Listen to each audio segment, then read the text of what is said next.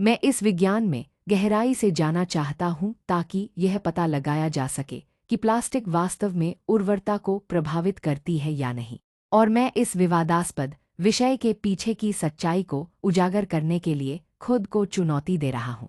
Plastic का उर्वरता पर प्रभाव एक ऐसा विषय है जिसने हाल के वर्षों में महत्वपूर्ण ध्यान आकर्षित किया है, और इसके पीछे अच्छे कारण हैं।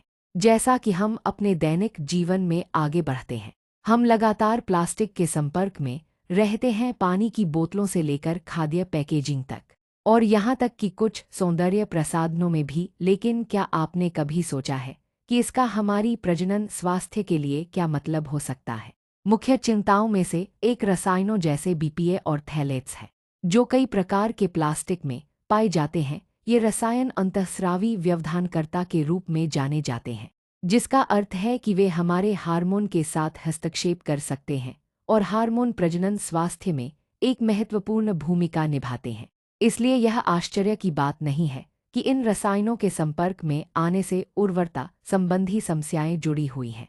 बीपीए, उदाहरण के लिए, आमतौर पर पॉलीकार्बोनेट प्लास्टिक में पाया जाता है, जैसे पानी की बोतलें और खाद्य कंटेनर। अनुसंधान से पता चला है कि बीपीए के संपर्क में आने से अंडोत्सर्ग और शुक्राणु की गुणवत्ता प्रभावित हो सकती है। थैलेट्स, दूसरी ओर, अक्सर व्यक्तिगत देखभाल उत्पादों जैसे सुगंध और लोशन में उपयोग किए जाते हैं। अध्ययनों ने सुझाव दिया है कि थैलेट्स के संपर्क में आने से गर्भावस्था की जटिलताओं का खतरा बढ़ सकता है और भ्रूण के विकास को प्रभावित कर सकता है।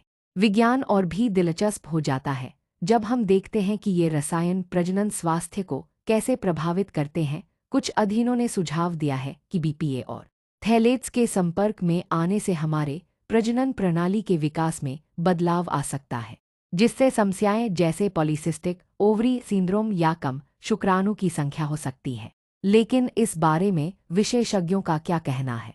American society for reproductive medicine के अनुसार, कुछ पर्यावरणीय विषाक्त पदार्थों के संपर्क में आने से, जिसमें कुछ प्लास्टिक रसायन शामिल हैं, उर्वरता की समस्याओं में योगदान हो सकता है।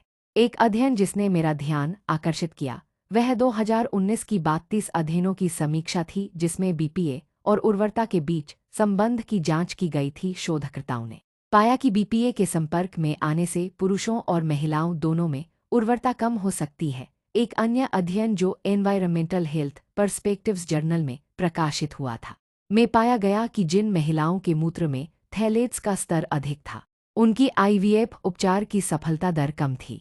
जो बात मुझे विशेष रूप से चिंतित करती है वह यह है कि इनमें से कुछ रसायनों